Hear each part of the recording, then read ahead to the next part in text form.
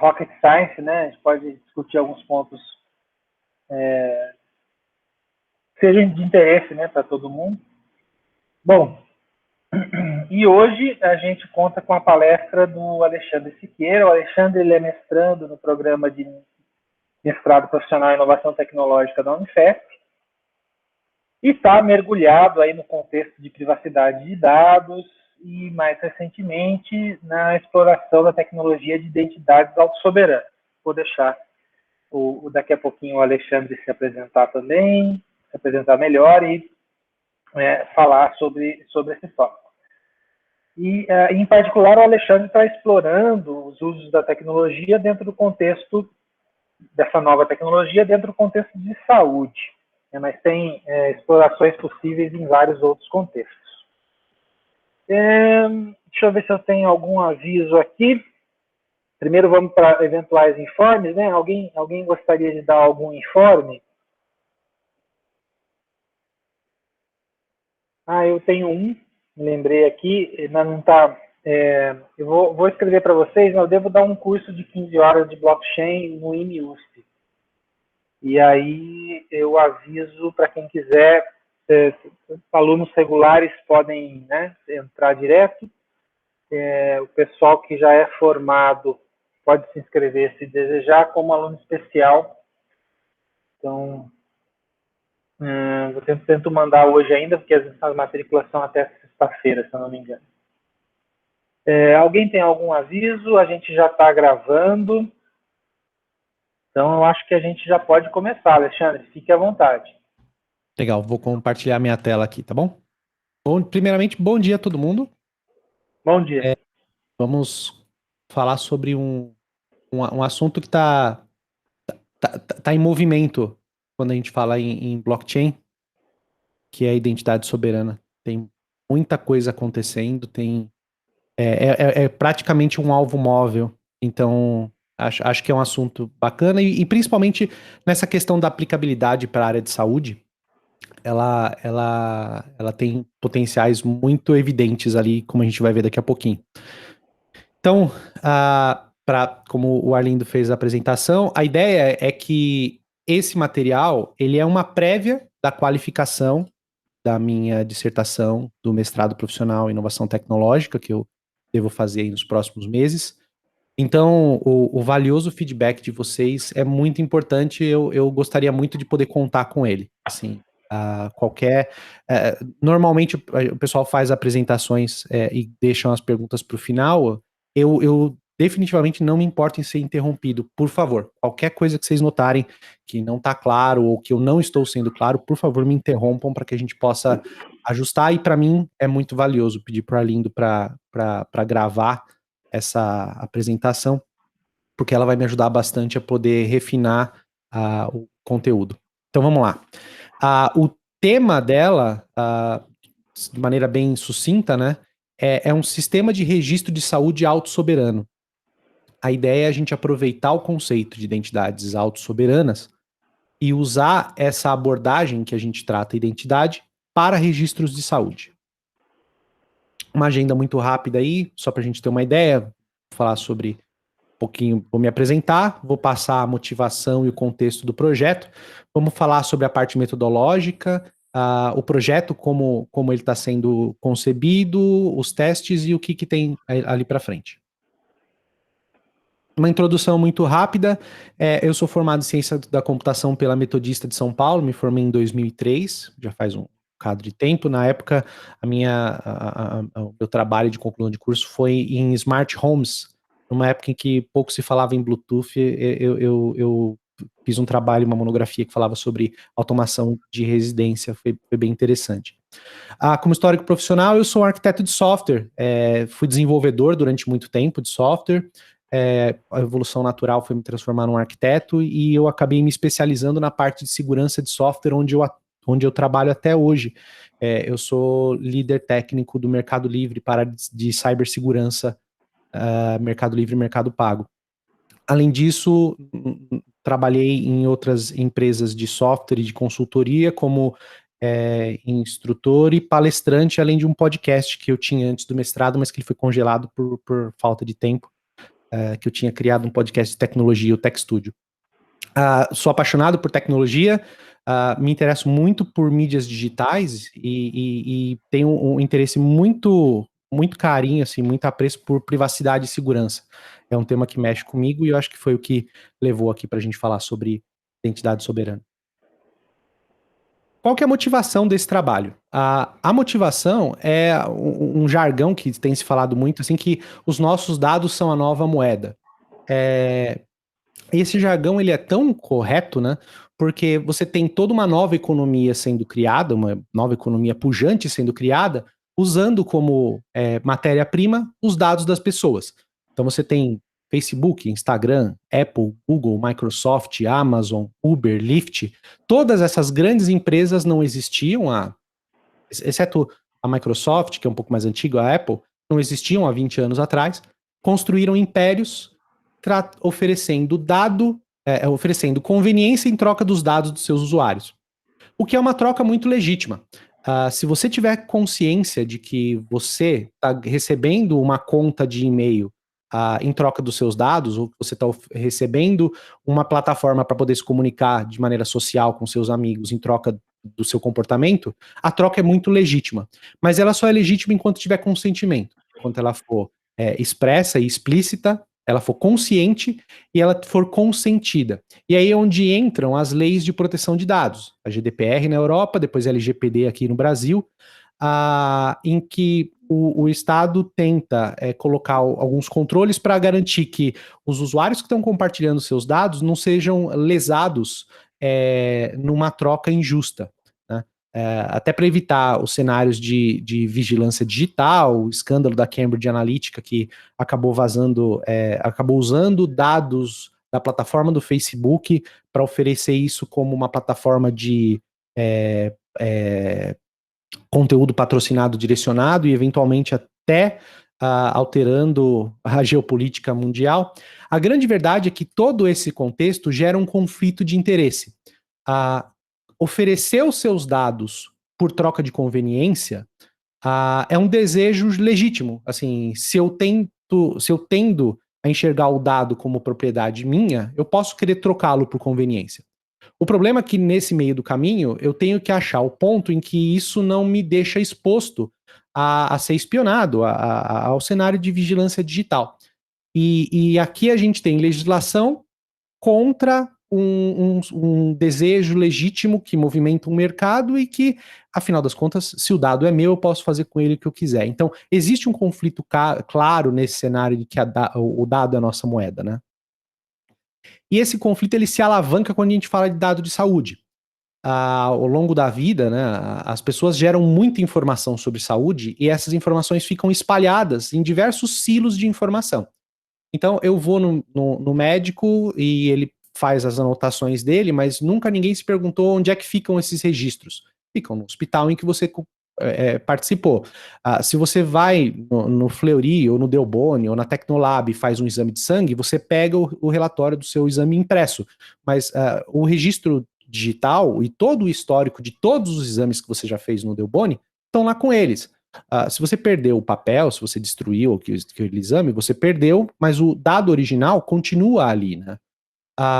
Receitas médicas, exames laboratoriais, dados de dispositivo wearable. Por exemplo, quem tem um Apple Watch ou um Samsung Watch que fica coletando dado biométrico, um Fitbit, esses dados estão sendo coletados e estão sendo apresentados para você no aplicativo. Mas o fato é que, muito possivelmente, esses dados estão na nuvem de alguma grande empresa que usa essa informação para o seu próprio benefício. Muitas vezes para poder gerar dado para pesquisa acadêmica, mas muitas vezes até para poder entender o perfil dos seus usuários. Então, a verdade é que a natureza fragmentada desses registros médicos, né, ela impede que as pessoas possam, primeiro, gerar um registro consolidado que ajudaria em possíveis diagnósticos.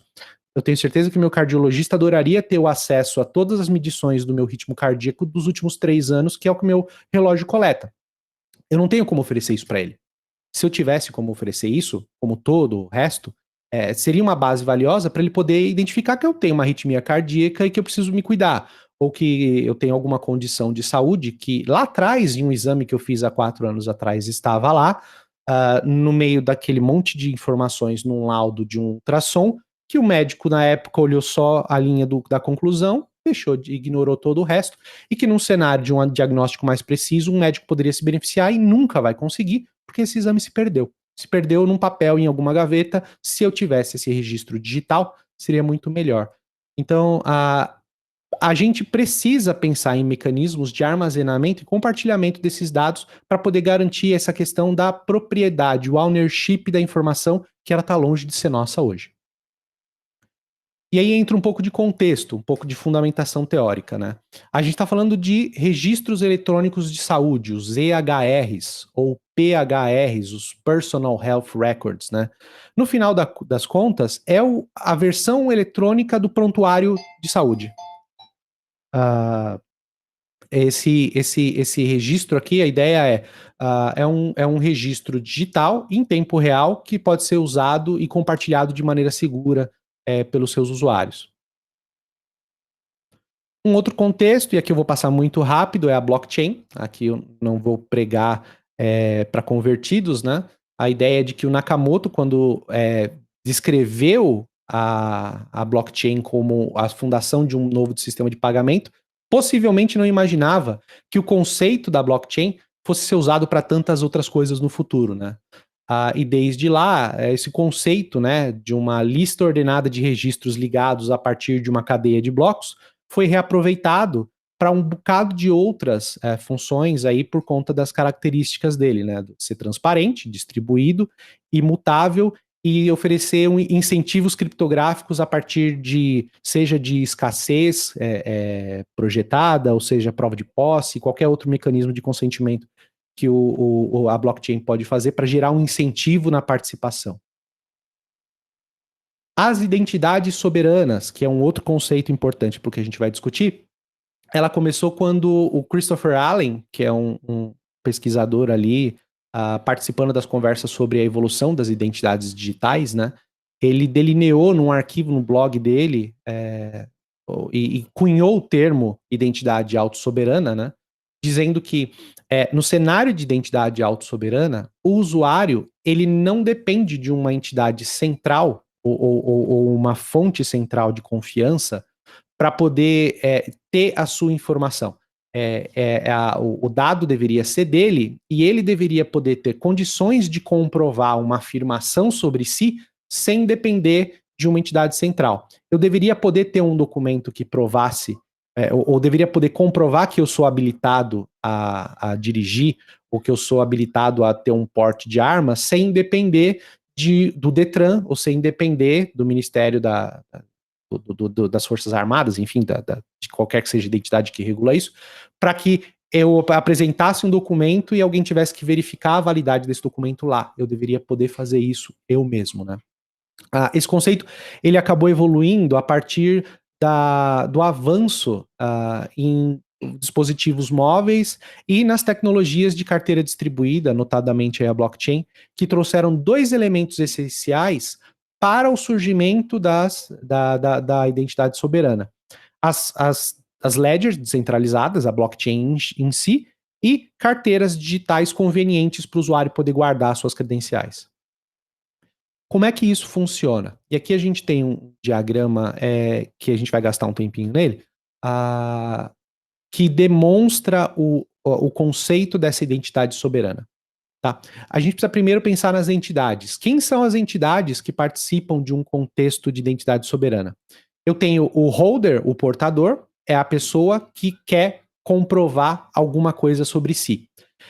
Eu tenho o issuer, que é alguém que emite alguma credencial, ou seja, faz uma afirmação sobre o portador. O Alexandre, ele pode dirigir porque ele está habilitado e passou pelos exames. O Alexandre tem mais do que 18 anos, bem mais no caso, porque ele nasceu no dia 31 de março e eu afirmo isso porque eu sou o cartório onde foi feita a emissão da certidão de nascimento. O Alexandre, ele é diabético e eu posso afirmar isso porque eu fiz o hemograma dele, está aqui os dados. Então, alguém que é um issuer afirma alguma coisa sobre um holder, sobre um portador. E o holder vai oferecer, vai apresentar um comprovante para alguém que vai verificar.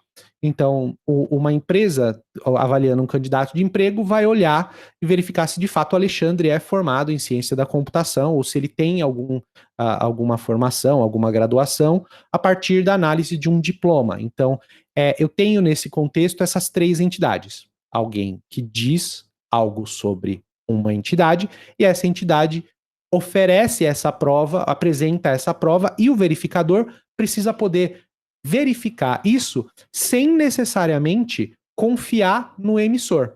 Então, essa é a sacada da identidade soberana. Até aqui é muito parecido com o cenário de eu apresentando uma carteira de motorista para provar que eu sou maior de 18 anos. Mas nesse cenário, o verificador confia na credencial como ele sendo uma credencial verificável, usando a blockchain para poder validar que alguém emitiu aquele dado e que aquele dado é criptograficamente verificável. Então, esse conceito das identidades descentralizadas, as DIDs, é um padrão desenvolvido pela World Wide Web Consortium, que é uma identidade pública registrada em um repositório público em que traz dados de chaves públicas que são usadas para identificar afirmações ou credenciais verificáveis feitas pelas entidades. Então, aqui no nosso desenho, eu tenho aqui a tabela de cores de cada uma das entidades. Cada uma das entidades dentro do ecossistema vai ter o seu ID, sua DID registrada numa blockchain, e quando eu for fazer uma afirmação, eu assino essa afirmação usando a chave privada correspondente ao meu DID público.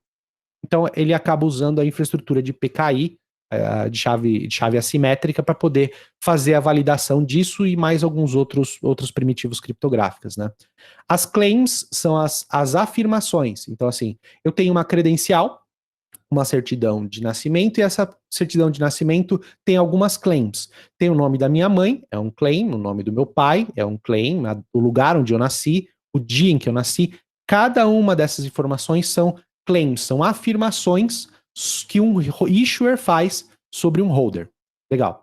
E os esquemas são os metadados dessas credenciais, que também são registradas nessa carteira, nessa distributed ledger, né? Para que as entidades possam combinar qual é o tipo de credenciais válidas que podem ser emitidas e ter um ponto aqui de interoperabilidade. Então, os esquemas são, por exemplo, a estrutura de dados de uma certidão de nascimento, a estrutura de dados de uma carteira de motorista, a estrutura de dados de um passaporte COVID, por exemplo. Tá? Isso também fica registrado na blockchain. Então, em linhas gerais, de maneira bem geral, é assim que funciona o mecanismo de identidade soberana.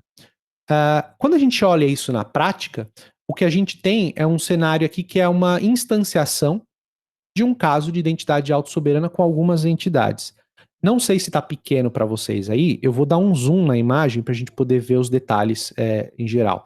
Mas olhando a foto de floresta aqui, o que a gente tem eu tenho 3 issuers, que são os laranjas aqui, que são as entidades que estão emitindo credenciais verificáveis sobre um holder, que é esse cara em roxo, e esse holder está compondo uma apresentação pegando informações dessas credenciais e apresentando ela para um verificador, que é esse verde. Então vamos lá. Quem são essas entidades aqui? Eu tenho aqui a Universidade de São Paulo, uma universidade pública que emite uma credencial que é um diploma de graduação dizendo que essa pessoa se formou em 2008 como bacharel em ciência da computação. Eu tenho um outro issuer aqui, que é o Detran, que emite uma carteira de motorista para o holder, dizendo, olha, ele nasceu nesse dia, ele está habilitado, está aqui o nome dele e tudo mais. E eu tenho um outro issuer, que é um provedor de acesso à internet, que emite para mim uma fatura, emite um recibo de pagamento com o meu endereço e isso acaba valendo como um comprovante de endereço. Então, dentro da minha carteira digital, guardo todas essas credenciais que são emitidas para mim pelos diversos holders. Quando eu vou me candidatar a uma vaga de emprego, o meu verificador, que é uma empresa aqui, a Accenture, vai contratar o Carlos, ou vai me contratar e falar assim, olha, eu preciso que você me apresente algumas informações para que eu possa comprovar. Eu preciso do seu nome, sua data de nascimento, um comprovante de endereço e o seu comprovante de graduação. Então, o verificador, ele solicita provas verificáveis para o portador. Com base nessa apresentação que o verificador pede, o que o portador faz? Ele puxa de cada uma das credenciais que ele tem na carteira digital, e ele pode escolher quais ele quer mostrar ou não, e coloca isso e apresenta para o verificador cada um desses dados com a assinatura, com o hash de confirmação dos emissores de cada um dos dados. Quando isso chega para o verificador, ele consegue, batendo lá na blockchain, olhando os dados na blockchain, confirmar cada uma das claims feitas nessa apresentação criptograficamente, validando se elas foram de fato assinadas com o correspondente privado da chave pública constante no DID do usuário. Então, essa ideia de você poder escolher quais os tipos de claims você vai poder apresentar, acaba trazendo algumas consequências importantes aqui, como, por exemplo, um termo que a gente usa de selective disclosure. Ou seja, eu posso dizer e eu posso comprovar algumas informações, como, por exemplo, o verificador quer saber, você é graduado? Ele não precisa saber em qual universidade você se graduou, ele não precisa saber qual é o curso que você fez. Ele só está perguntando se você é graduado ou não, e você consegue oferecer para ele uma credencial verificável que ele consegue obter a informação pela pergunta dele e não conseguir saber mais nada sobre o usuário, que são as provas de conhecimento zero, as Zero Knowledge Proofs. Então eu poderia, por exemplo, comprovar que eu sou maior de 18 anos sem que a pessoa saiba qual que é a minha data de nascimento. Pessoal, faço uma pausa rápida para perguntar se tem alguma dúvida, porque toda o material daqui para frente, toda a conversa que nós vamos fazer é baseado nesse esquema. Alguma pergunta? Alexandre, eu não tenho uma pergunta, mas já temos uma ali daqui, mas é só uma coisa, uma firula, um detalhe. Aquela seta entre o issuer de DID 840 e a Ledger, ela não está muito clara. Sim. É um passo, inclusive, que no desenho eu nem passei por aqui, você tem razão. O que acontece as issuers acabam contactando as ledgers para poder pegar os esquemas existentes válidos que os verificadores vão poder reconhecer. Então aqui é aquele ponto em que eu tenho algum set de metadados, como por exemplo os esquemas de diploma, de licença ou de recibo, né?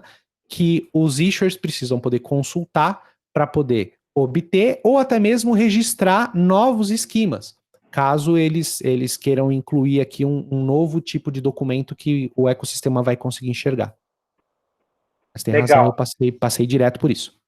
Temos uma pergunta, o PM, eu não sei quem é o PM ou a PM. Eu dei uma pausa no tempo, tá, Arlindo? Só para a gente poder continuar controlando. Ok. Bom dia. Meu nome é Pedro Miranda. PM Oi, porque Pedro. No Google... Oi, tudo bem? Prazer conhecê-los. Eu removi do Google meus dados de nome, essas coisas assim, só por questões de... Saudável. Exatamente. A única pergunta que eu tenho até agora, eu não sei se você vai falar isso depois da apresentação, mas o tipo de ledger que você vai estar colocando essas credenciais, vai ser uma ledger privada ou vai ser uma ledger pública?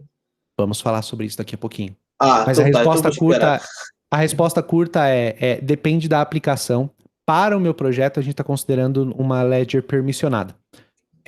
Existem ledgers de identidades soberanas públicas, a Sovereign, a gente vai falar daqui a pouquinho dela, é a mais conhecida, é quem de fato está puxando quase toda a inovação em torno desse assunto. É uma ledger de identidades digitais públicas, mas a Sovereign oferece o código-fonte dela como open source, que é a plataforma Hyperledger Indy, que você pode montar ele da forma que você quiser, inclusive sendo permissionado. Tá? Ou privada. Legal? Ótimo, obrigado. Boa. Vou reiniciar o tempo aqui e vou continuar, gente. Alguns exemplos de que isso já está acontecendo, já está sendo usado esse conceito. Como a gente estava falando, a Sovereign é uma rede de identidades. A Sovereign é pioneira nessa estrutura por criar toda a fundação com base nos documentos acadêmicos ali do Christopher Allen e de outros caras que criaram o conceito de identidade soberana, e é o grande patrocinador dessa onda aqui de identidade soberana, inclusive com várias entidades participando ativamente como administradores e participantes aí da rede, né? A Certo é uma evolução de uma plataforma que também foi pioneira junto com a Sovereign, que foi a Uport. A Uport, ele era a ideia de implementar, usando a rede Ethereum, né, de identidade soberana. Então, eles não iam criar uma rede própria como a Sovereign fez, né, não criaram uma blockchain própria, eles usavam a Ethereum e criaram todo o framework usando os mesmos standards da Sovereign, rodando em Ethereum, mas eles tiveram uma mudança repentina nos últimos meses, a princípio muito baseada no boom das NFTs. Então a própria Uport mudou o nome para Certo e acabou transformando a plataforma deles em um NFT, em uma infraestrutura de suporte a NFT, usando identidade soberana para validação de NFTs. A Trinsic é um dos colaboradores dos projetos open source que a Sovereign patrocina, também é um dos colaboradores e oferece um bocado de ferramentas e suporte, né, para desenvolvedores que queiram construir usando a plataforma da Sovereign. O IATA Travel Pass, a IATA é aquela entidade que controla a parte de aviação europeia e americana, na verdade, a aviação global, né, International Air and Travel Association. Eles criaram uma plataforma chamada Travel Pass, baseada na rede Sovereign, para poder oferecer para as companhias aéreas uma infraestrutura que permita que elas validem testes de Covid e vacinação, e vacinas, imunização para viajantes. Então já tem mais de 60 companhias aéreas que embarcaram, perdão, trocadilho, nessa ideia do Travel Pass, e isso entrou agora em produção em abril ou maio. É algo super recente e que foi levado pela Covid. Então, assim, muitos dos projetos que usavam a Sovereign ainda eram muito incipientes, e a IATA Travel Pass e mais uma série de outras iniciativas para oferecer esse passaporte Covid alavancaram e trouxeram para o chão, né, a ideia da identidade soberana, e nesse caso sendo usado para comprovante tanto de vacinação quanto de exames, né. E o ION, que é um cenário muito recente, a Microsoft, que é o grande idealizador disso, é a criação de uma plataforma de identidade descentralizada baseada em Bitcoin. Então, eles usam um conceito chamado de sidechains para poder escalar o Bitcoin numa plataforma aí de identidade soberana, tá? Então, esses são alguns exemplos de quem está rodando hoje esse conceito. Vamos lá, vamos falar um pouquinho então agora da pesquisa, tá? Quando a gente começou a trabalhar nisso, e aí o professor Arlindo, o professor Vladimir são os meus orientadores nessa pesquisa aí de mestrado, tem me ajudado bastante a delinear e tentar entender como fazer uma pesquisa que traga aí valor dentro desse ecossistema. E a gente entendeu que adotar o conceito de identidade soberana para os dados médicos, para os dados de saúde, tem um grande potencial. Então, o objetivo da pesquisa, os objetivos primários, são dois. Analisar toda a literatura científica, ou a literatura científica mais relevante, né, buscando outras implementações de registros eletrônicos de saúde, dos EHRs, usando blockchain. Então, a gente vai fazer uma revisão de literatura para buscar quem já implementou, como implementaram, quais são os benefícios e quais os desafios que eles enfrentaram. Esse é um dos objetivos principais. E o outro é propor também uma arquitetura de registros eletrônicos de paciente ou de saúde, né, baseados em tecnologias blockchain que possam ser adotadas aí por hospitais, por provedores, pelo SUS, enfim, qualquer entidade que queira usar essa plataforma poderia se basear nessa arquitetura que a pesquisa vai propor. Como objetivos secundários, a gente imaginou a extrapolação do conceito de identidade soberana. Então, se no objetivo primário a gente imaginou que blockchain pode ser uma tecnologia e vai tentar identificar onde ela foi aplicada para registro de saúde, o objetivo secundário é identificar se o conceito de identidade autossoberana pode ser extrapolado para que seja aplicado para o tratamento, para o manuseio de dados médicos, né? Permitindo que os pacientes possam ser donos das suas informações e compartilharem elas com os provedores de saúde ou quaisquer outros provedores de maneira segura e privada. E, como segundo objetivo secundário, é propor um modelo de metadados que permita que esses dados possam ser anonimamente registrados, de maneira que pesquisadores pudessem ter acesso às informações coletadas por esse sistema, né? Sem comprometer a privacidade dos seus usuários para os estudos acadêmicos que eles pudessem fazer. Então, esses são os objetivos da pesquisa. Qual a metodologia que a gente vai seguir? De maneira muito rápida.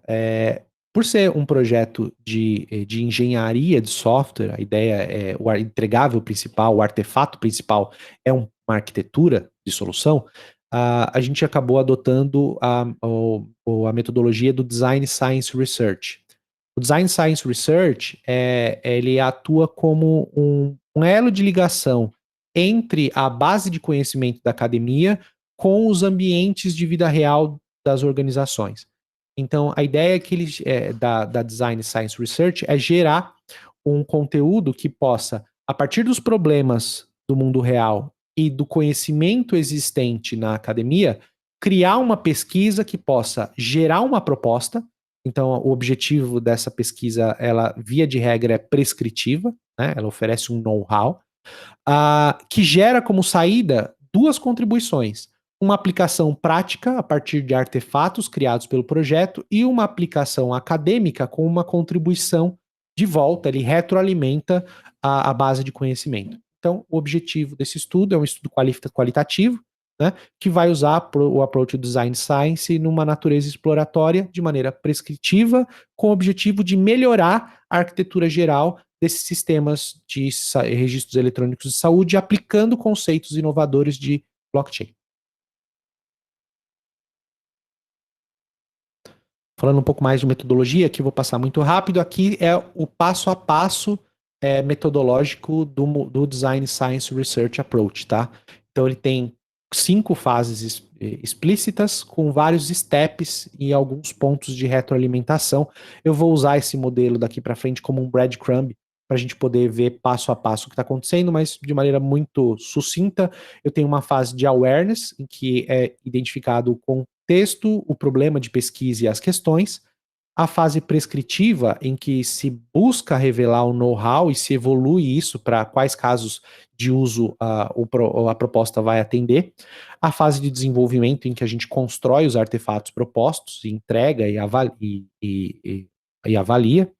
A fase da conclusão tenta, a partir dessa etapa de avaliação, identificar os findings, né, e descrever o que foi concluído, e uma fase de feedback, que é a criação, de fato, a retroalimentação do conhecimento. Então, agora passando aqui fase a fase, como a gente falou, na fase de identificação do problema, a gente já delineou os objetivos e delineou as perguntas de questão, as perguntas da pesquisa, né? Quais são as pesquisas existentes que usam blockchain para endereçar registros eletrônicos de saúde? Pesquisa que pergunta 1. Quais benefícios de se adotar identidades soberanas para tratar os dados médicos? É a pergunta 2.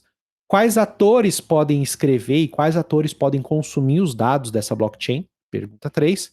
E pergunta 4. É possível garantir a privacidade dos clientes e, ao mesmo tempo, oferecer um registro médico anônimo útil para a comunidade científica? Essa é a pergunta 4. Na parte de awareness do problema, um dos artefatos que a pesquisa gerou foi uma revisão sistemática da literatura. Não vou entrar em muitos detalhes, mas o método é bem conhecido, né? O artefato, o SLR, é bem conhecido.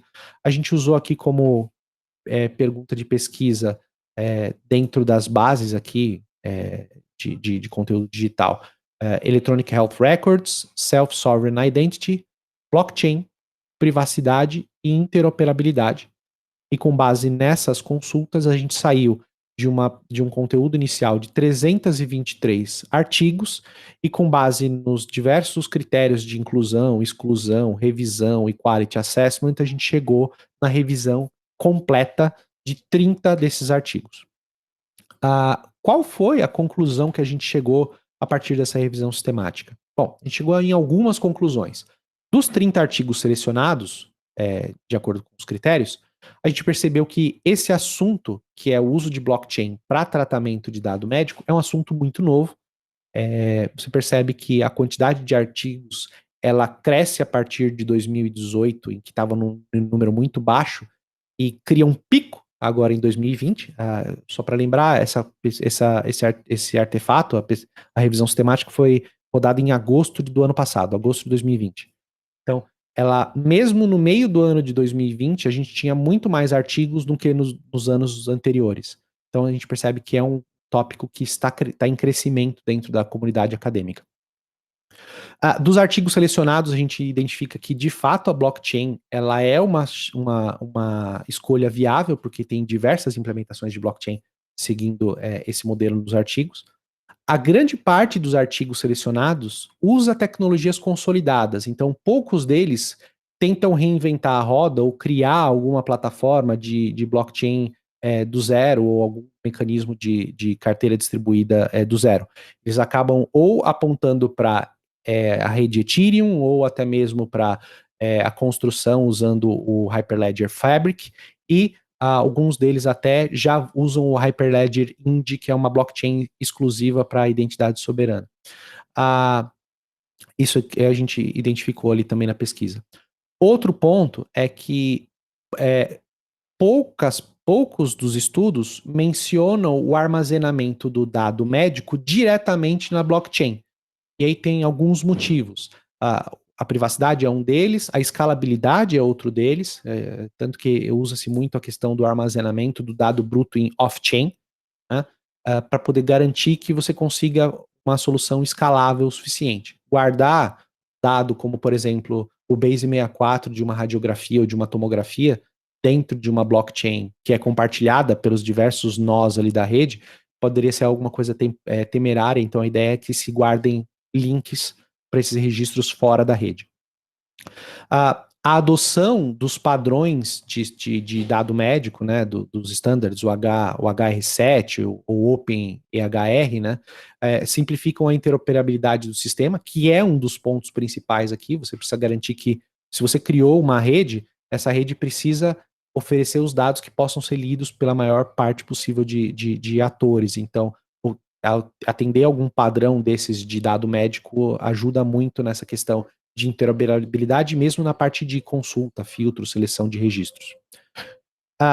Smart contracts são predominantes nesses artigos, então eles usam muito a questão dos contratos inteligentes das redes, principalmente Ethereum, para poder manusear esses registros e tratar os controles de acesso.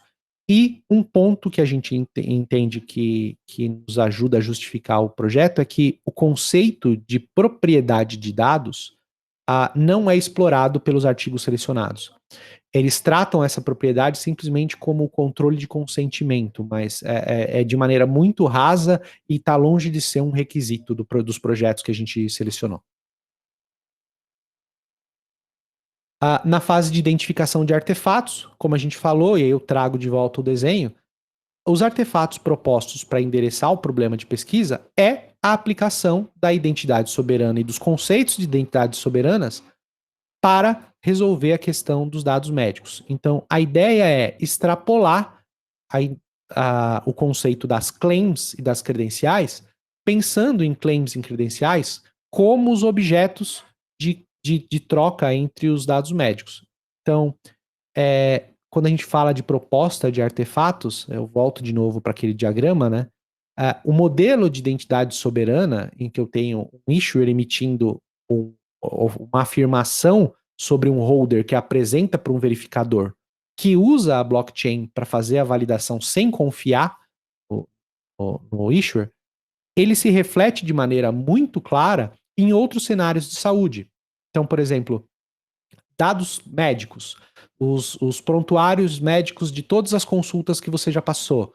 Um médico pode fazer afirmações sobre um paciente, sobre as visitas que ele fez, qual que era a condição, pressão, temperatura, peso, sintomas, medicação que ele recebeu, que esse paciente poderia guardar como um registro, como uma credencial verificável e apresentar ela para um segundo médico, para um caso de segunda opinião, um retorno ou qualquer outra coisa. Para receita de medicação controlada, mesma coisa. Um médico poderia fazer uma afirmação dizendo esse paciente está autorizado a comprar Gardenal. E esse paciente poderia ir a uma farmácia e mostrar a sua credencial verificável, mostrar uma apresentação dizendo para esse farmacêutico que ele pode comprar isso. Mas isso já existe hoje, já tem diversos sistemas de controle, mas nenhum deles garantindo a propriedade do paciente desse dado, ou seja, eu não tenho registrado num sistema compartilhado que eu posso comprar esse remédio. O médico me deu essa credencial e ele não guardou isso em lugar algum. Quando eu ofereço essa credencial para a farmácia, eu posso oferecer e aquele farmacêutico vai poder confirmar a veracidade desse dado sem entrar em contato com o médico ou com qualquer outro sistema. Ele usa a minha credencial e ela é verificável a partir dos primitivos criptográficos aí da identidade soberana. Outros cenários, testes de laboratório. A Delboni me dá um comprovante aqui dizendo que eu sou diabético com o meu hemograma. Isso fica armazenado como um dado de paciente que eu posso oferecer ali para um médico e levar como uma credencial. Um outro cenário, vacinação. Como a gente falou, passaporte COVID. Eu fui tomar a vacina, eu tenho isso como um comprovante de um viajante que vai poder apresentar isso para uma companhia aérea e poder embarcar num voo. Alergias. Eu posso receber de um médico um comprovante de que eu sou alérgico a alguma medicação. Quando eu for a um hospital ser medicado, eu posso esquecer de avisar isso ao médico, mas o médico poderia, antes de me medicar, consultar no meu histórico médico e ver, o Alexandre tem alguma alergia? Opa, tem sim, ele tem alergia ao medicamento tal, então eu sei que eu não posso prescrever isso para ele. Sinais vitais. O meu Apple Watch, o meu Fitbit está coletando um monte de informação de saúde, sinal vital, batimento cardíaco, consumo calórico, ritmo de sono, que eu guardo na minha carteira e quando eu for fazer um exame médico, eu poderia apresentar isso como uma prévia, né? E por aí vai. Então, assim, a ideia do projeto, os artefatos propostos são reutilizar ou expandir, né, extrapolar os conceitos da identidade soberana para tratar os dados médicos como credenciais desse paciente. Legal? Pensando em artefatos, o que a gente imagina, e aqui eu vou dar um zoom também, é de ter uma... Só um minutinho, gente. Minha filha tá chorando aqui, eu vou ver se eu consigo pedir para ela se acalmar. Um minutinho. Claro, tranquilo.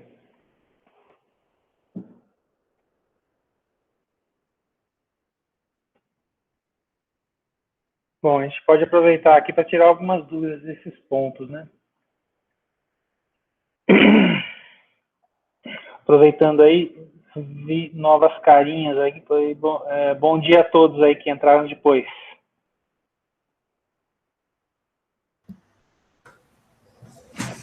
Bom dia, bom dia. Arlindo, uma pergunta.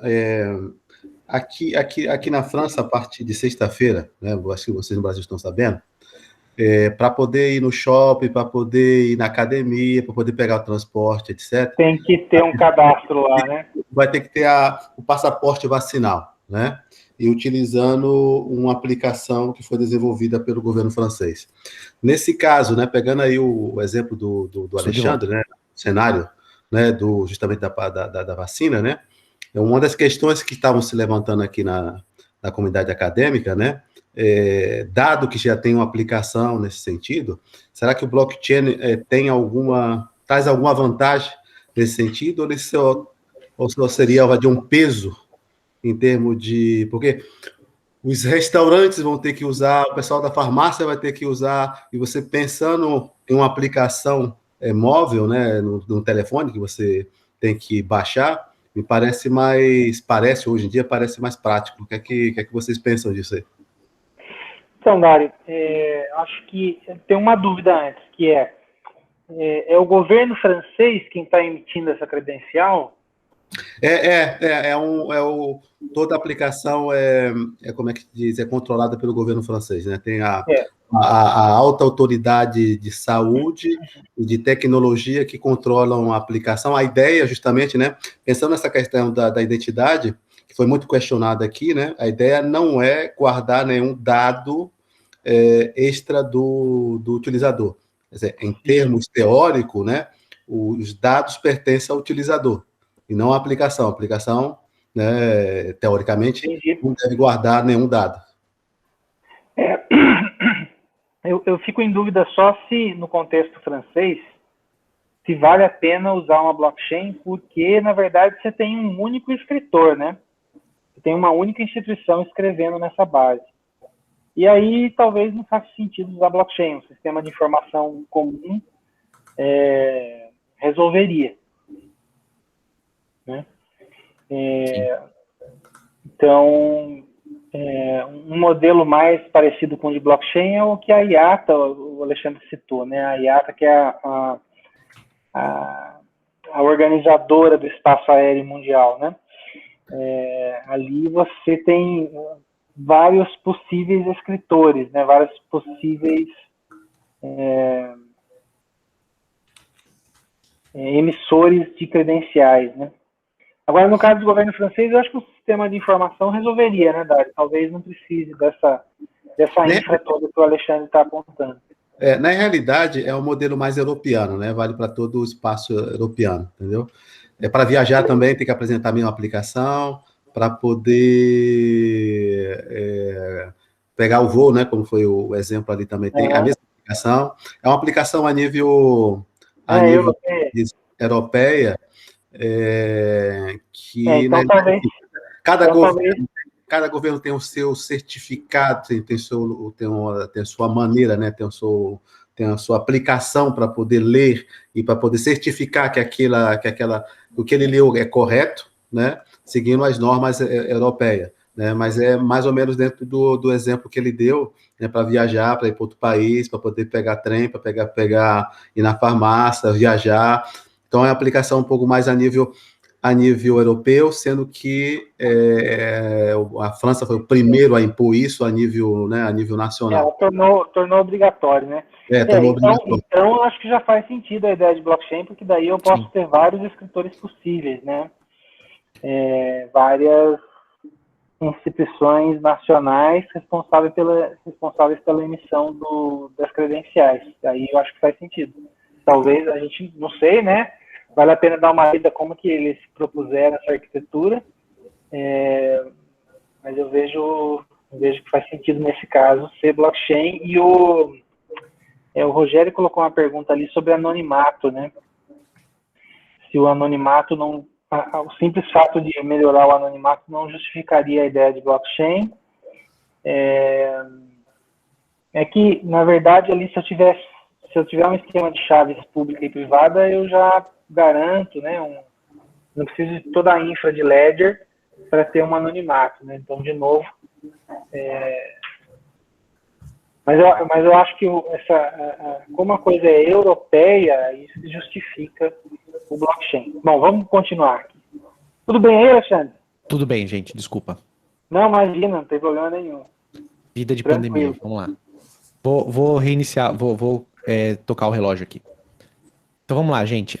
Então, o desenho da solução, pensando em contexto, é oferecer uma solução em 4 camadas, né? Representadas aqui nesses discos concêntricos, de dentro para fora, sendo dentro a parte central, a parte da rede, blockchain, em que eu tenho as ledgers, aqui na parte verde, com os DIDs públicos, os esquemas, as credenciais, o controle de revogação de credenciais, envolvidos por uma rede de nós da blockchain, que vão controlar toda a parte do consenso, as carteiras, o Gênesis, né?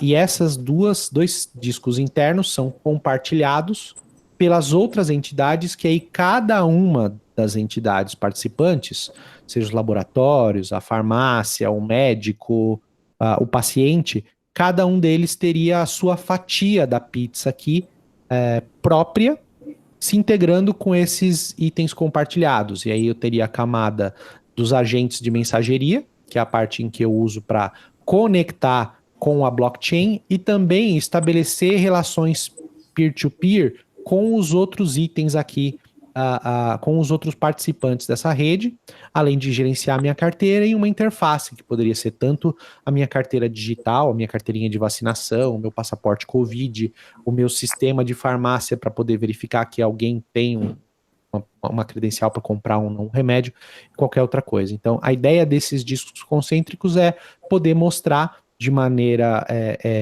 bem contextual a arquitetura desse projeto. Indo um nível mais baixo, a gente começa a ver a pilha de tecnologias, né? E como é que isso corresponde com aquele diagrama em discos, né? Então, mais internamente a cor verde aqui, embaixo seriam as carteiras, a gente usaria o Hyperledger Indy e o Hyperledger Ursa, que são os projetos da Hyperledger open source para tratamento de blockchains, né? O Indy é uma blockchain feita para identidade soberana, então ela não é uma blockchain all around, ela tem um propósito específico, e o Ursa ele veio do Indy como uma maneira de criar um componente reutilizável para os outros componentes desse ecossistema, que é a parte dos primitivos criptográficos, né? Na camada mais de cima, onde a gente fala de fato da rede, né, dos nós da rede, aí eu já tenho tanto os módulos do Indy, o SDK, o Node e o Plenum, né, para fazer toda a gestão da rede, dos consentimentos, das transações, das integrações, e também o URSS, para tratar as validações, né, o tratamento das chaves. Na camada mais de cima de mensageria, eu passo a ter agora o Hyperledger Ares, que é a parte que cuida tanto da comunicação entre as entidades, que é o Didi Communication, além das APIs para gerenciamento de carteira, também o Ursa aqui, e numa camada mais acima, aí mais voltada para de fato a interface do usuário, específica para cada um dos usuários. Então, eu teria interfaces para o issuer com o tratamento da emissão de credenciais, eu teria interfaces do holder, que seria as carteiras das suas credenciais, eu teria interfaces para os verifiers, que seria o que valida de fato uma credencial, além da experiência geral de relacionamento, controle de credencial e tudo mais. Então, essa é a pilha tecnológica do projeto. Pensando em desenvolvimento, né? E aqui eu comi um pedacinho da barra, preciso arrumar isso aqui depois. Essa é a proposta de um diagrama de deployment que vai ser construído para provar o conceito. Então eu vou ter a rede Indy montada aqui, um de pool, né? Montado em nuvem, em que essas máquinas vão estar interligadas e fazendo todo o tratamento de consentimento, né? A gestão aí das ledgers. Eu teria aqui alguns clientes dessa rede, aqui do lado mais esquerdo, o cliente dos issuers, que seriam containers de agente, né, containers de Hyperledger Ares, com as APIs de integração e de tratamento para os dados, e que eu precisaria criar componentes especializados para cada um dos issuers, para os hospitais, para os centros de vacinação, para os laboratórios, para os médicos, poderem emitir credenciais para os holders, para os pacientes que estariam aqui no meio, que teriam dentro do dispositivo móvel um aplicativo para gerenciar a carteira. E eu teria do lado mais direito um site, que para a nossa prova de conceito possivelmente seria um site único oferecido pela plataforma, que eu usaria para verificar as credenciais dos pacientes. Então, seria poderia ser inicialmente um site genérico, assim, clique aqui e use ele para verificar se uma credencial é válida ou não, e eu mostraria os dados da credencial, mas poderia ser extrapolado para um modelo de implantação em que eu tivesse vários desses sites específicos para propósitos específicos. Um site para uma farmácia, para verificar se alguém pode comprar um remédio ou não, um site de uma companhia aérea, para ver se alguém pode embarcar num voo ou não, e por aí vai. Então, esse é o modelo proposto de arquitetura para a nossa prova de conceito e é o que vai ser construído. Bom? Na parte de avaliação, isso é um work in progress. Nós ainda estamos trabalhando para definir como a gente responde às perguntas de pesquisa e atinge os objetivos. Vou passar de maneira breve aqui também, até porque isso aqui ainda não está fechado.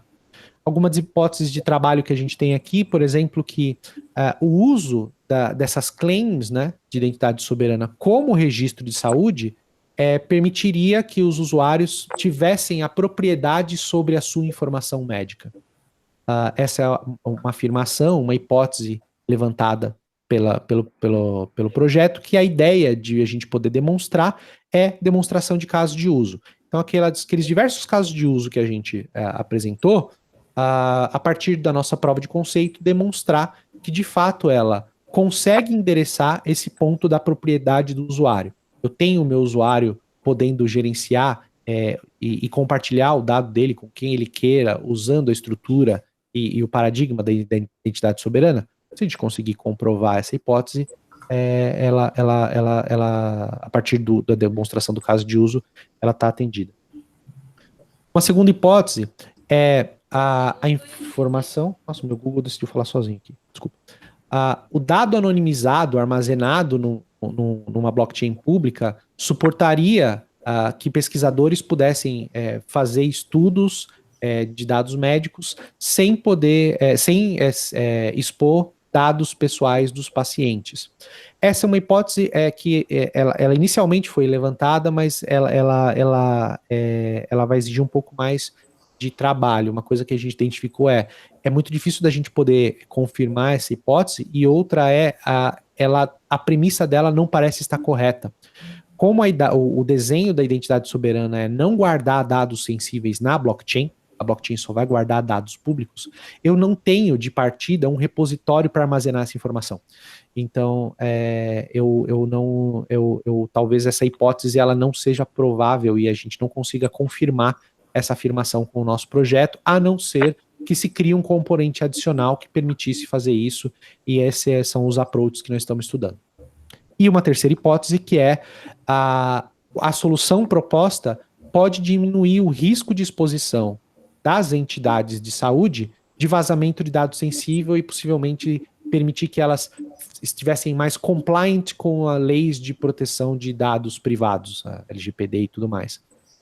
Também é uma hipótese que a gente formulou inicialmente, que a gente deve quebrá-la em alguns outros riscos, porque no final o que a gente está fazendo aqui é de um modelo de assessment de risco para poder identificar qual é o nível de exposição e se de fato o nosso desenho proposto diminui o risco desses caras. Então, a gente ainda vai ter que elaborar um pouquinho mais nessa hipótese.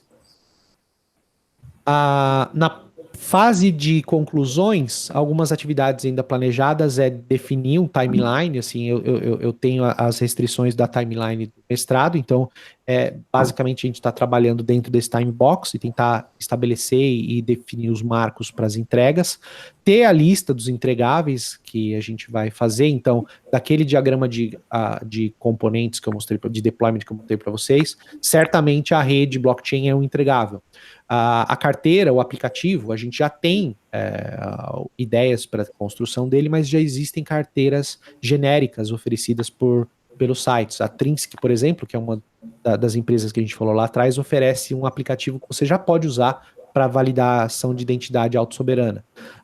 Então, definir exatamente qual vai ser o entregável do projeto, a prova de conceito em si, e estudos de implementação e a viabilidade desse modelo do ponto de vista mais comercial. Como é que a gente viabiliza essa infraestrutura, quais são os incentivos para a participação das entidades e quais são os custos envolvidos nisso. Isso também está no planejamento para conclusão. E, finalmente, na parte de feedback, como é que essa pesquisa retroalimenta o conhecimento científico. Existem já alguns artefatos que foram gerados e que estão aí sendo revistos, né? A gente tem a própria revisão sistemática, que gerou um artigo que está sendo avaliado ali, por uma das de uma das revistas, então já foi submetido e ele está passando por avaliação por pares. A gente tem um artigo que foi escrito aí, de novo, em parceria com o professor Arlindo e o professor Vlad, que estão me ajudando nessa pesquisa, para o congresso, né, da sociedade de blockchain, né, o quarto W Blockchain. Um capítulo de livro que nós escrevemos também para poder fazer parte do livro do mestrado de inovação tecnológica, que ele é promovido e compilado pela professora Elisete, da Unifesp. E, além disso, a própria dissertação de mestrado que está sendo construída. Então, esses são os pontos em que a gente vê que a pesquisa retroalimenta aí o conhecimento. Pessoal, 50 minutos e 31 segundos de apresentação. Estourei um pouquinho do tempo. Estava tentando trabalhar dentro dos 40, mas eu acho que tinha bastante coisa para passar. Abro para quaisquer perguntas, dúvidas, sugestões, críticas de vocês. Legal, Alexandre, obrigado. A gente já tem uma pergunta aqui do PM. Por favor, PM. Opa, obrigado. Primeiro, parabéns pela apresentação, muito bem estruturada, e a pesquisa eu acho que é bem relevante. Eu fiquei com algumas dúvidas que eu acho que servem mais como ponto, de repente, para você até colocar na sua discussão, ou quando você discutir limitações. Primeiro, eu acho que você está agrupando Electronic Medical Records e Personal Data. Eu acho que você pode separar um pouco mais e dizer as dificuldades que tem muito mais em coletar Electronic Medical Records. Tem um set de dificuldades para ser coletado, especialmente fora do Brasil. Né? Nos Estados Unidos, com o RIPA, você tem muito mais resguardas de proteção para dados que vêm de hospitais e clínicas. E Personal Data é uma questão muito mais diretamente ligada com as empresas, né? A indústria e os privacy agreements que ela tem com os próprios clientes. Então, você pode, pelo menos, ou discutir, ou pelo menos considerar como o seu framework, o seu sistema, vai lidar com esses dois tipos de fonte, mesmo que seja só para permissão, mas você menciona um pouco também a coleta do dado, né? Então, você pelo menos considerar um pouquinho esse lado. O segundo ponto é as barreiras de entradas para os seus verifiers e os seus issuers. Como é que você pretende... Não, tudo bem, eu sei que aqui é uma questão muito mais de promover o conhecimento, mas como é que você vê, ou pelo menos o que você prevê, né, de uma certa forma, que vai ser para colocar um Node rodando nos servidores dele? Eles têm um know-how prévio para ter esse Node lá rodando, vai ser completamente automatizado, o sistema, então você simplesmente só bota uma máquina lá e eles não têm que se preocupar. Acho que isso é um ponto interessante para ser viável, né, a sua solução. Sim. Going forward. E, finalmente, uma coisa que ficou em dúvida para mim, aí virá minha pergunta, mas é com relação à coleta dos dados.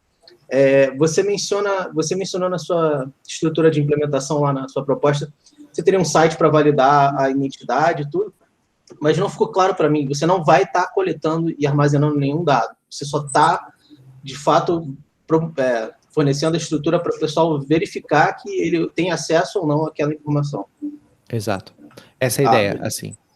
Todo dado, a ideia da identidade soberana é que, assim, as credenciais, elas não ficam registradas num repositório central. Então, quando um issuer emite uma credencial para um holder, ele faz isso conectando diretamente dele num modelo peer-to-peer. O que fica registrado na blockchain são as chaves públicas, tanto do issuer quanto do holder. Quando o holder apresenta para o verificador, o que o verificador recebe, na verdade, é a resposta à pergunta dele, ou a credencial, e o hash desse cara, para que ele possa verificar se aquele dado foi de fato assinado por um issuer conhecido e de fato ele pertence para o holder que está apresentando. Então, o dado médico nunca é registrado. Por isso que aquela premissa, aquela hipótese que eu estava trabalhando de poder oferecer um repositório de pesquisa para dado médico, ele possivelmente não é viável, a não ser que se crie um componente adicional para a gente poder guardar isso, que ele ainda não... Ele não é contemplado off the shelf com a rede, com a Hyperledger Indy e Ares, talvez um plugin, que pudesse guardar esse dado e um controle muito estrito de que toda vez que um issuer fizer uma emissão de uma credencial, se na DID do paciente tiver um flag dizendo que ele decide compartilhar o dado dele anonimamente, eu poderia fazer uma saída disso para algum outro registro, talvez uma outra blockchain e usar os smart contracts para controlar isso, mas a premissa com a solução by design, ela não é possível. Né? Alexandre, deixa eu pegar por favor, um gancho na mesma pergunta. Eu também fico com dúvida no caso a caso, assim, né, sobre o dado bruto, né? Então, sim, eu entendi, né, essa coisa toda. Mas eu posso ter momentos, eu acho que é possível criar situações em que a verificação da credencial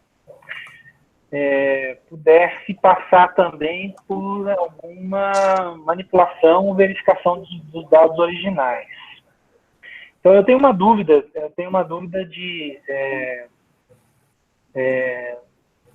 sobre essa questão dos dados originais ficarem de posse apenas do paciente, né? E como isso pode ser... então, vamos supor que eu tenho uma credencial que eu queira tocar alguma coisa do dado original. Eu não sei se o padrão credenciais permite isso, mas vamos supor que eu queira. Como será que eu posso fazer isso? Bom, é só uma dúvida para pensar aí, verificar se o DIDCOM ajuda, claro, para fazer alguma coisa desse tipo. E aí, lá no seu diagrama, aquele diagrama dos discos, sim, aí fica uma questão para apresentação, né? Ali você não mencionou a ideia do DIDCOM. Sim. E a ideia do DIDCOM ela é meio importante ali naquele diagrama, né? Porque então, o que é o DIDCOM, né? É uma comunicação direta, peer-to-peer, entre os roxinhos ali, né? Sim. Então, acho que é só uma coisa que ficou... a informação que não foi apresentada, mas que ela era importante para entender esse diagrama aí. Depois dá uma pensadinha. Bom, deixa eu passar aqui, eu acho que... Deixa eu só concluir, por favor, antes de eu terminar, claro. Rapidamente. Desculpa, eu não sei se você conhece, Alexandre, o MedRec, que foi já sim, conhece? Tá. É um dos trabalhos que aparece na revisão sistemática, o MedRec. Ele é, inclusive, ele é pioneiro, né? Pioneiro. Sim, exatamente. Por isso que eu mencionei, porque ele foi uma sugestão de como lidar sem guardar o dado necessariamente na blockchain, mas você conseguir localizar e transferir esse dado. E a última coisa que eu te recomendo, e acabou para mim, desculpa estender, eu não ouvia mencionado em nenhum momento na sua apresentação a palavra consórcio. E o consórcio é interessante. Você deve conhecer o Hyperledger Fabric também, porque você está trabalhando com o Hyperledger. Sim. Consórcio, você não necessariamente precisando usar o Fabric, mas consórcio é uma maneira de você colocar uma camada de governança de dados na sua estrutura. Eu acho que isso pode, pelo menos, definir um pouquinho melhor os roles de cada um dos players e em cima de alguma set de políticas e tal. Eu acho que isso pode, de repente, ajudar a estruturar mais, ou pelo menos dar mais visão do papel de cada um e como o processo ele é organizado. E fechou para mim, desculpa estender. Não, que isso. Obrigado, cara. Nada, prazer.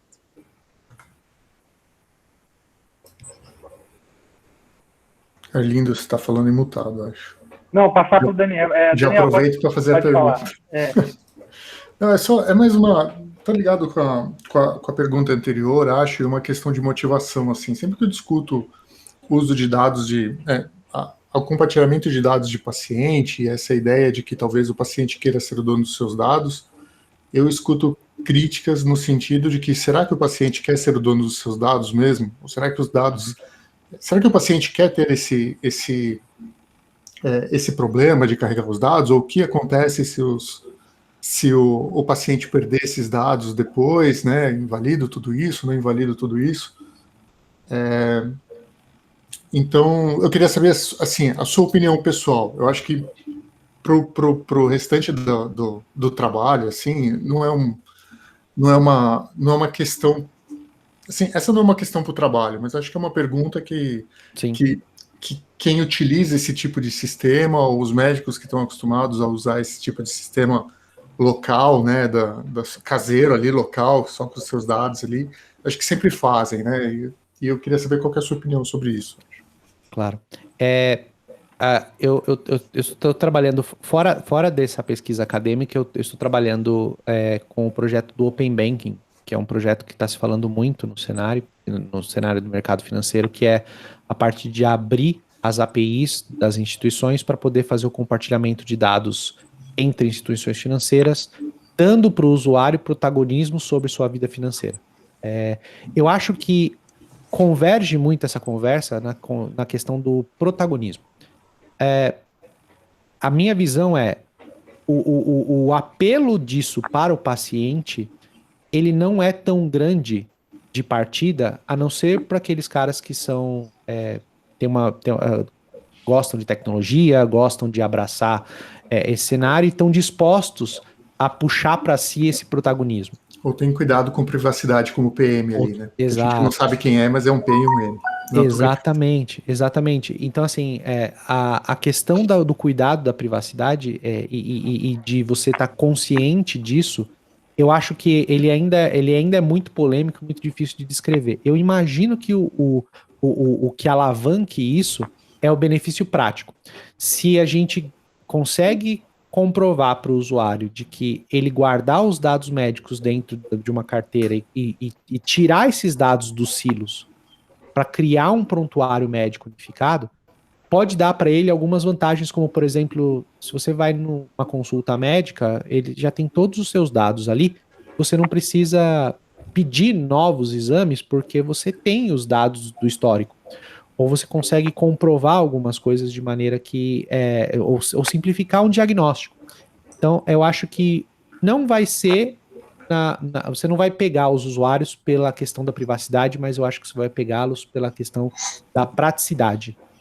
Eu acho que ali é onde entra o grande ganho que a motivação deveria trazer. Sua vida médica vai ficar mais fácil. Não porque você tem o controle do seu dado, mas é porque você vai ganhar a comodidade. Acho que tem umas questões periféricas aí, umas coisas na borda que eu acho que vale a pena colocar também. Eu acho que dificilmente a gente vai conseguir fazer uma troca de paradigma, né? Assim, de parar de ter o dado armazenado no hospital e começar a ter o dado nas carteiras. Porque primeiro tem uma resistência dos hospitais, né? Os caras gastaram ali décadas desenvolvendo sistemas e tal, eles vão querer manter pelo menos enquanto... E querem os dados concentrados em si, como o Alexandre colocou na motivação da apresentação, né? Tem outra coisa que eu acho interessante, que tem paciente que mente, né? Sim, e aí como é que fica? Aquela mentirinha para o médico, né? Então não dá. Se o paciente quiser omitir alguma coisa, né, como um processo automático de consulta das claims na carteira, eu acho que não daria para fazer isso, né? Então, assim, tem um monte de condições, assim, periféricas que são muito interessantes, né? E eu acho também outra questão muito importante é o financiamento dessa infra, né? Eu acho que a gente precisa pensar um pouco mais também, Alexandre, de dar alguma proposta inicial de como pode ser esse... Bom, beleza. Deixa eu passar Eu só vou jogar de novo uma ideia que foi jogada aqui nesse grupo antes e que não foi para frente, acho, mas que é aquele texto ou artigo sobre o porquê blockchain na saúde, assim. Acho que incluiria esse tipo de discussão também, né?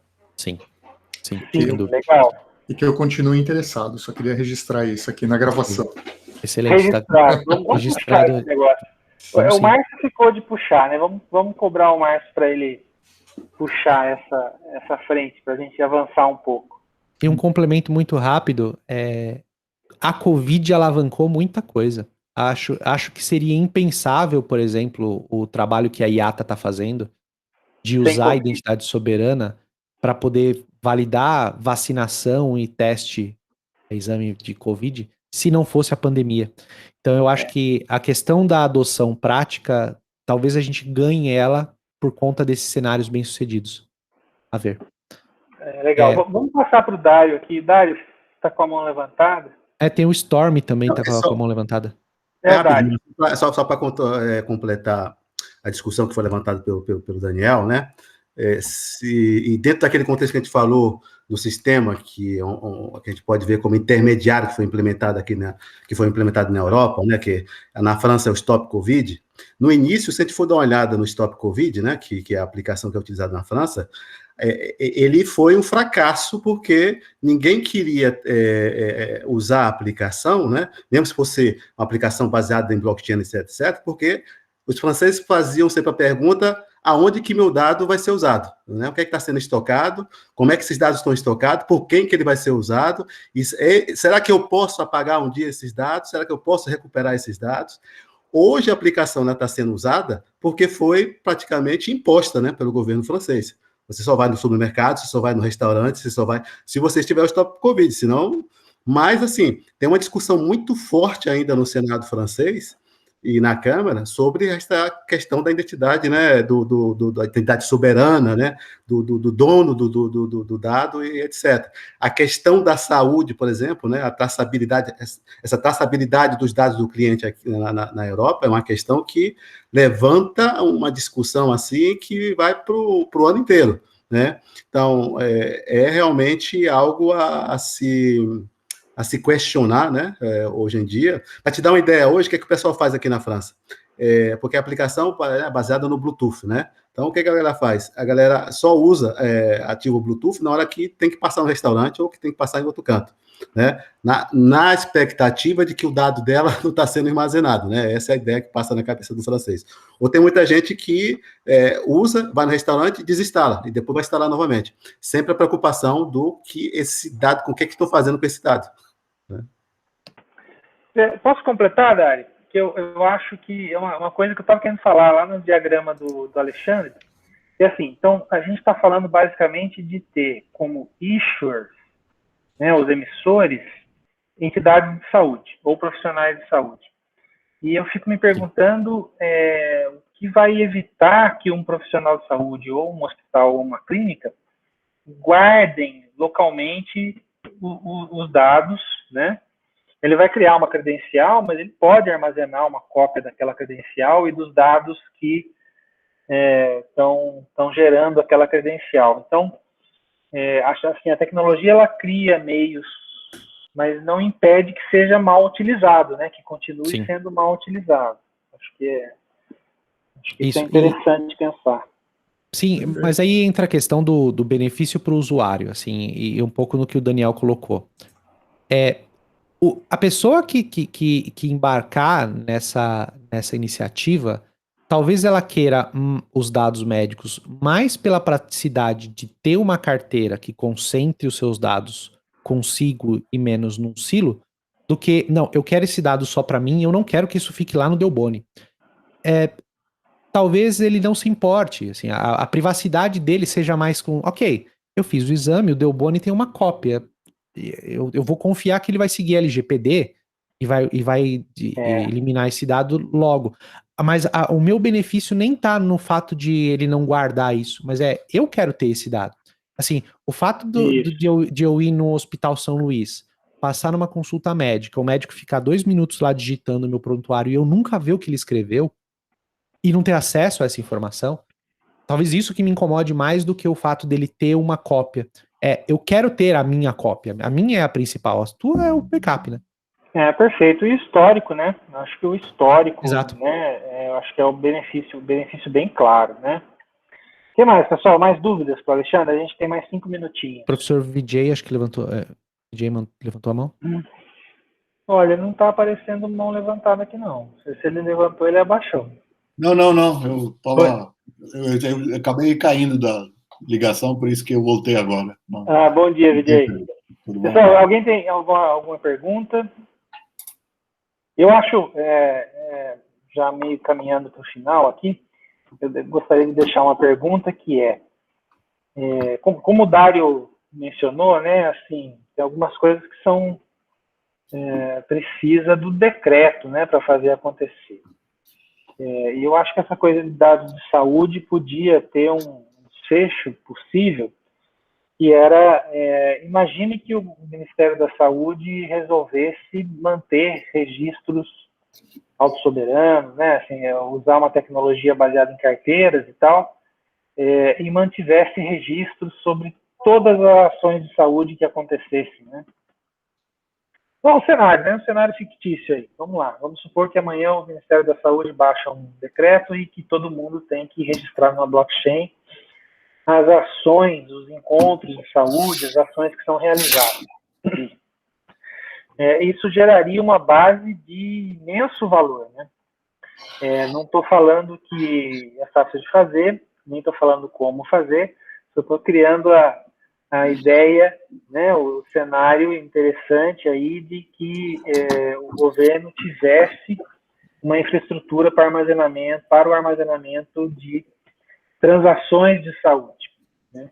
E ali eu pudesse construir subsistemas para monitoramento de tuberculose, dengue, covid, essas coisas todas, né? E o que eu acho que pode colar dessa arquitetura que o Alexandre mostrou, eu acho que essa ideia de carteira. Acho que a ideia de carteira, né, em que eu tenho um aplicativo dedicado para um tipo de dado, eu acho que isso pode ser bem interessante. Pode ficar. Então, minha única preocupação, eu quando estava apresentando, minha tese é mais em Dynamic Consent para pesquisa, que é um pouco similar, mas eu tive uma pergunta numa das apresentações que eu fiz, que foi o seguinte, ele falou, em saúde, você não pode perder a informação. Então, quando você delega a carteira para o paciente, se ele perder a carteira, ele, teoricamente, numa tradicional, né, isso foi uns 2 anos atrás, no Bitcoin, se você perder seu wallet, você perdeu seus Bitcoins para sempre. Isso na saúde não pode acontecer. Então, no caso de toda a implementação de blockchain para a saúde, a recuperação, ou pelo menos a garantia de não perda, né, da identidade do paciente tem que existir, né? Isso é um desafio, né, que tem que também ser considerado. Bem observado. E eu acho interessante que os silos, né, o off-chain, né, o Alexandre citou o off-chain, acho que é uma linha de pesquisa que está... mas não em linha de pesquisa, assim, estão surgindo vários produtos, né, para fazer o off-chain e que garantem um pouco a recuperação e tal. Você pode ter alguns mecanismos de break the glass, né, de recuperação em emergências, né. Bom, acho que precisamos caminhar para o final. Alguém gostaria de fazer uma última pergunta? Tem um strong one. Arlindo, Opa! Só uma pergunta, estou perguntando muito. Alexandre, eu vi toda a sua arquitetura, né, que ela é baseada ali na parte do TCP, essa coisa toda, né? E pegando aí a deixa aí eu vou chamar PM, porque não está o nome ali, né? Igual o meu, não está o nome correto, do último que falou ali, né? A questão da recuperação dos dados, não sei o quê. A minha pergunta, em termos de arquitetura, em termos dessa área, né, que a área de saúde, tem a questão do tempo de resposta, essa coisa toda assim. A arquitetura TCP, em termos de rede, é a arquitetura mais adequada nesse sentido aí, né? Tem muitas pesquisas hoje, por exemplo, né, que fala, vamos usar esse novo conceito de network slice, né? Será que o blockchain não introduz aí um delay muito grande na rede, etc, etc? Você chegou a olhar esse aspecto aí? Ainda não medimos, mas o que a gente pôde, o que eu pude perceber no caso de uso completo, fim a fim, é que de fato a latência você gera quando você cria novos esquemas, que é quando você grava na blockchain. Então, assim, registrar um novo paciente ou registrar uma nova entidade é custoso, que eu preciso ir lá e gerar um pedido para registro na blockchain. Gerar um novo esquema, ou seja, eu quero criar um novo tipo de credencial, é custoso. Revogar uma credencial existente, ou seja, eu dei uma receita médica para o paciente comprar um medicamento, ele comprou, eu preciso revogar esse acesso para ele não comprar mais com aquela receita. também é custoso. Então, toda a escrita na blockchain parece ser custoso. Fora esses cenários, os outros casos de consulta da blockchain são relativamente escaláveis. A gente vê que assim não é muito problemático o acesso. E a comunicação, grande parte dela é peer-to-peer baseado num protocolo que não é TCP/IP, é o tal do DIDCOM. Então, quando eu faço um convite para um paciente se registrar ou criar um relacionamento comigo, ele não vai na blockchain, ele faz ponto a ponto. E o DIDCOM parece ser muito performático. Existem alguns trabalhos que têm dito que assim, a identidade autossoberana ela é infinitamente escalável por conta da DIDCOM. Porque você não precisa ir na blockchain tanta frequência assim, em alguns pontos muito específicos. Então eu imagino que a gente precisa aprofundar um pouco mais. De qualquer maneira, é um caso que a gente imagina que o grosso de todo caso de uso acontece no peer-to-peer. Legal, Alexandre. Acho que a gente precisava de um voluntário aí para estudar o DIDCOM, né, para avançar o protocolo do peer-to-peer. Sim. Pessoal, a gente precisa encerrar, estamos muito próximo do meio-dia. Então, eu mandei aqui no grupo do WhatsApp, caso alguém não esteja, o nosso link para o grupão, carinhosamente chamado grupão. Então, a gente tem essas reuniões mensais de sincronização das linhas de pesquisa e informes das coisas que estão acontecendo. Fiquem à vontade, né, caso alguém não esteja no grupo. E Vijay gostaria de falar alguma coisa? É só lembrar, você falou do hospital e tudo, eu lembro que o Horácio conversou comigo, acho que até conversei contigo, que parece que o Hospital de São José tinha um interesse e até poderiam aportar recursos, segundo Horácio, para fazer esses testes. Tem que ter algum tipo de estudo de caso, né? No ambiente real. Aí precisaria ver se vale a pena bater um papo com o Horácio e... Parece que você participou da reunião, você falou, não lembro. Não, eu sei que a gente tem um bom histórico de parceria com o Hospital Municipal de São José dos Campos. Isso. E o pessoal é bem ativo, assim, né? Eles sempre topam as pesquisas, né? Quando dá, né? Sempre topam. Então pode ser interessante mesmo. Pode ser interessante criar um case. Sim. E pensar, né? Alguma, talvez o Covid, tuberculose, alguma coisa assim para monitorar, né? Bom, pode ser interessante. Legal, Vijay. Bom. E a gente está sem tema para o próximo mês, então se tivermos algum voluntário para apresentar alguma linha de pesquisa, né? Então, como hoje o Alexandre é basicamente a prévia da qualificação dele de mestrado, então fiquem à vontade. Beleza, pessoal, mais algum último ponto?